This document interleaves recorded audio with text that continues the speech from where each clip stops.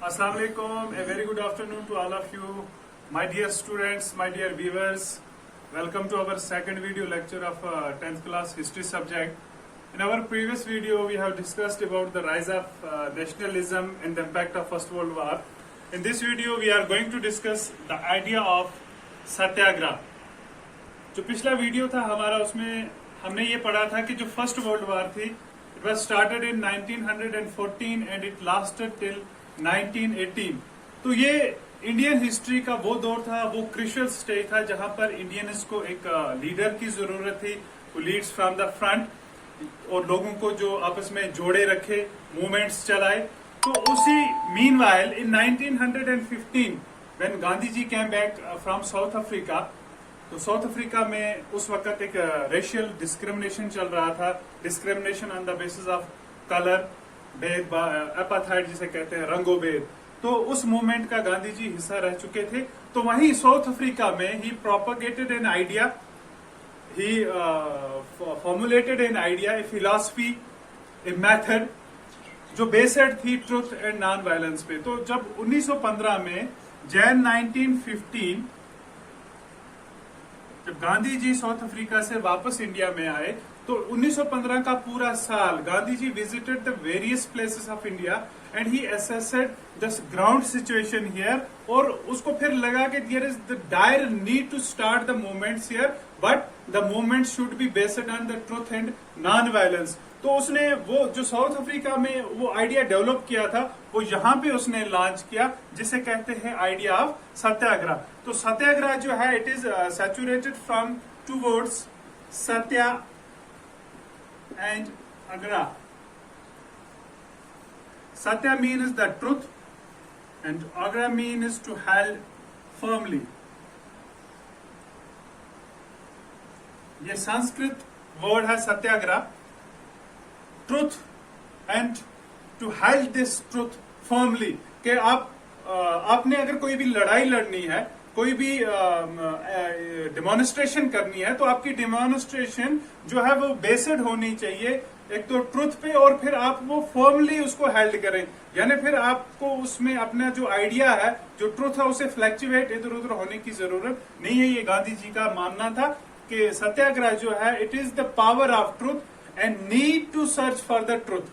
तो ये इसका मीनिंग है. अब इस सत्याग्रह की जो फिलॉसफी है, इसके दो पॉइंट्स थे, मैं आपको बताता चलूं. पहला जो पॉइंट था कि if your cause is based on truth,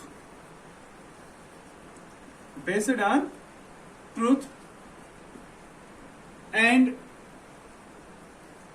you are fighting against injustice, then physical force is not required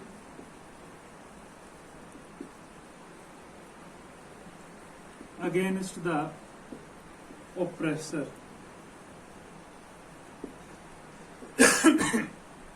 अगर आपकी लड़ाई जो है वो सच्चाई पे बेस्ड है और आप इनजस्टिस के खिलाफ लड़ रहे हैं, तो आपको उसमें फिजिकल फोर्स करने की जरूरत नहीं है. ऑपरेसर के खिलाफ या ऑपरेशन के खिलाफ आपको कोई भी फिजिकल फोर्स का इस्तेमाल करने की जरूरत नहीं है. आपकी जो लड़ाई है ये बेस्ड होनी चाहिए नॉन वायलेंस पे, कि आपको इसमें हथियार उठाने की, ये डंडा उठाने की, हथियारों का इस्तेमाल करने की, ब्लड शेड करने की जरूरत नहीं है. आप एक पीसफुल तरीके से, एक पीसफुल मूवमेंट चलाकर नॉन वायलेंस के जरिए आप अपनी डिमांड्स जो है, अपनी जंग जो है या अपनी लड़ाई जो है, उसको जीत सकते हैं. और दूसरा पॉइंट इस फिलॉसफी का ये था,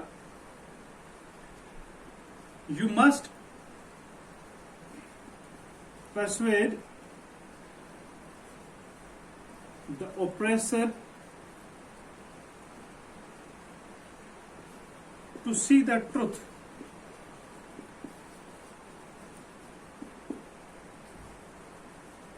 instead of being forced to accept the truth.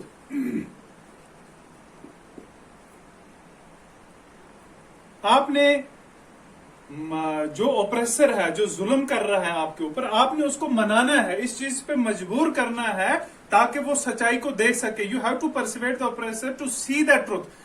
आपने सच्चाई दिखानी है, बजाय इसके कि आप यहां से हथियारों का इस्तेमाल करके, खून खराबा करके आप उसे सच्चाई एक्सेप्ट करवाएं। आपने सच्चाई एक्सेप्ट नहीं करवानी है, आपने सिर्फ सच्चाई जो है उसको दिखानी है कि भाई ट्रूथ ये है, this is the truth, this is the fact.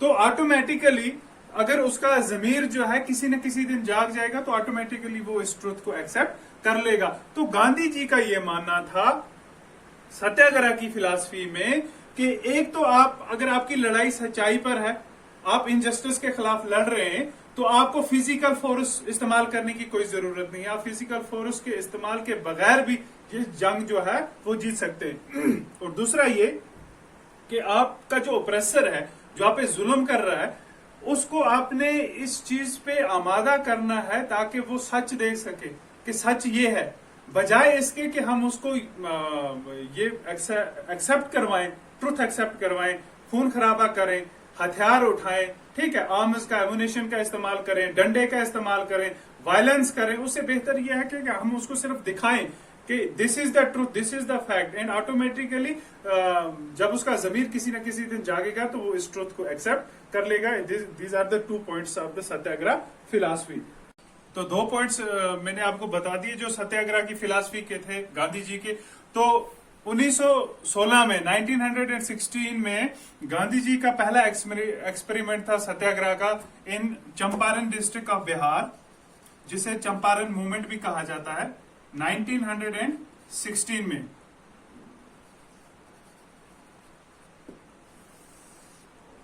It was in the favour of Indigo planters.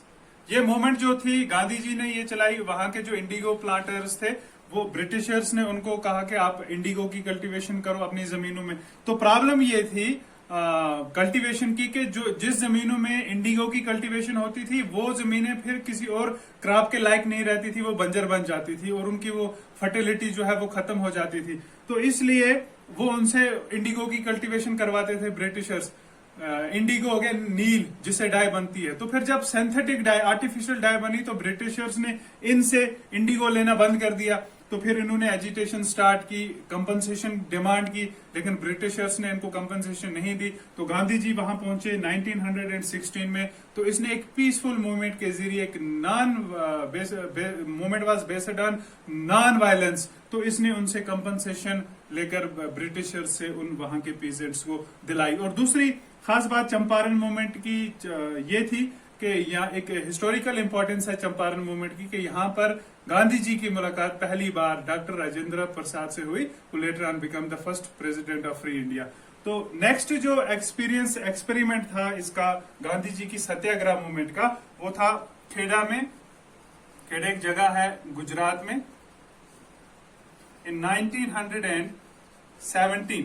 तो मैंने आपको जिस तरह बताया कि फर्स्ट वर्ल्ड वॉर में क्रॉप फेलियर हो गया था, उसके इतने जबरदस्त इम्पैक्ट पड़े थे। एक तो एपिडेमिक इन्फ्लुएंजा हो गया और क्रॉप फेलियर हो गया, जिसकी वजह से पीजेंट्स जो थे वो काफी सफर करने लगे, उनकी हालत जो थी वो बहुत ज्यादा खराब हो गई थी। तो एक तो क्रॉप फेलियर की वजह से पीजेंट्स जो थे वो दे वर नॉट एबल टू पे द टैक्स नहीं दे पाते थे। लेकिन ब्रिटिशर्स जो थे वो उनको फोर्स कर रहे थे कि आप जो टैक्स बनता है वो उसको पे करो। तो गांधी जी वहां पहुंचे, इन्होंने वहां पे एक मूवमेंट स्टार्ट की which was based on non violence. तो उन्होंने उस मूवमेंट के जरिए उन पीजेंट्स को ब्रिटिशर से टैक्स रिलैक्सेशन भी दिलवाई।